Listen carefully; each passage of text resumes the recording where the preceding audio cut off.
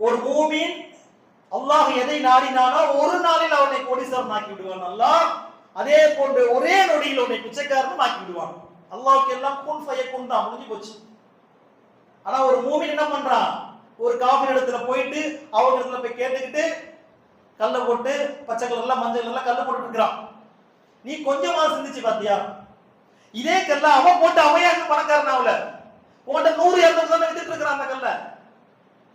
அந்த கல்ல விற்கிறவன் அவனே வக்கு இல்லாம தான் 100-200 வாங்கிட்டு வித்துட்டு இருக்கிறான் அந்த கல்ல.